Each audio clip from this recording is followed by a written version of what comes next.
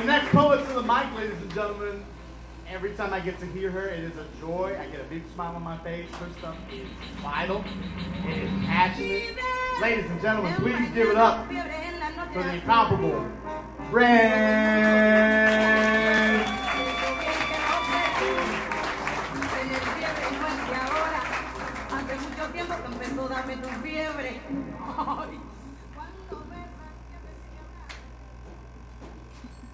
I'm the product of a teenage mom who didn't have a clue on how to love herself, let alone have love for anyone else.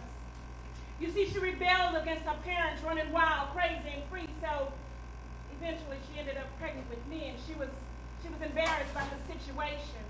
So for many months she lied, but after a while she could no longer hide this poetic life that was growing inside.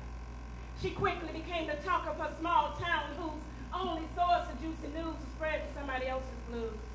And she became bitter and angry with this child she was carrying, but had nothing but love for that man that was marrying her, her best friend.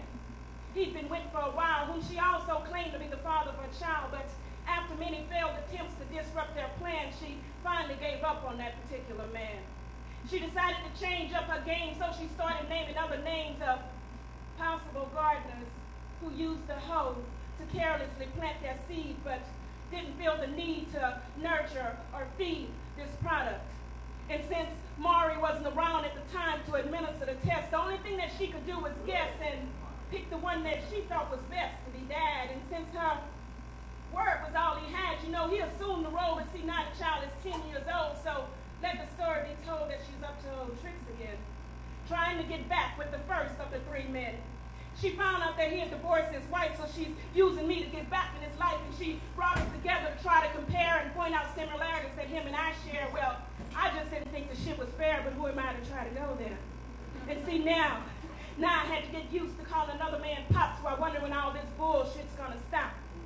Well, I'm a grown-ass woman, and it just happened again, playing Mother May I to these three men. You see, I don't know who to call dad, but I guess what's really sad is that I'm allowing her to take me on this paternity ride while I'm dying inside.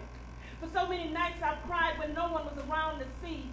I'm anxiously seeking to confirm my identity. I'm looking in the faces of all three just to see if any of these motherfuckers look like me.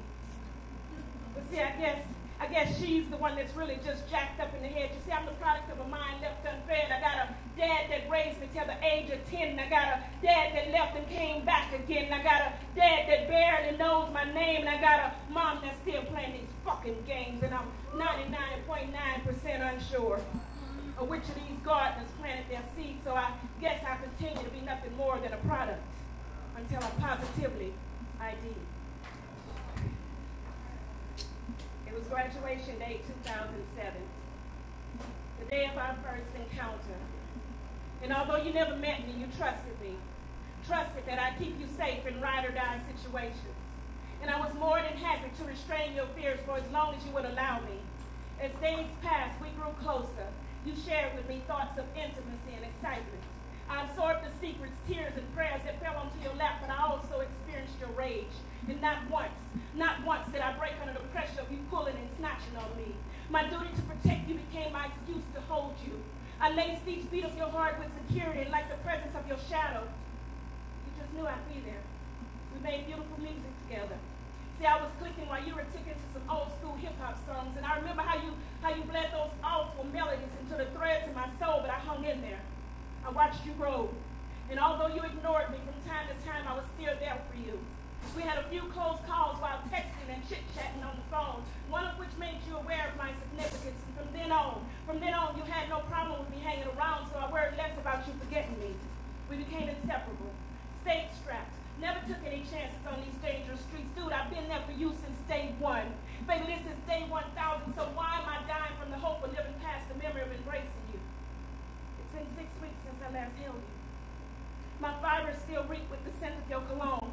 I can't believe that anything would come between us, but you chose to embrace a spirit you deemed qualified to exalt you. It was your 21st birthday, and the drinks were coming faster than your thoughts.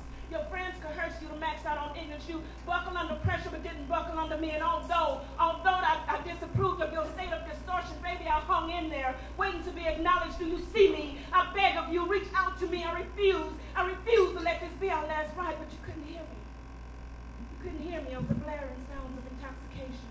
The hallucinations began.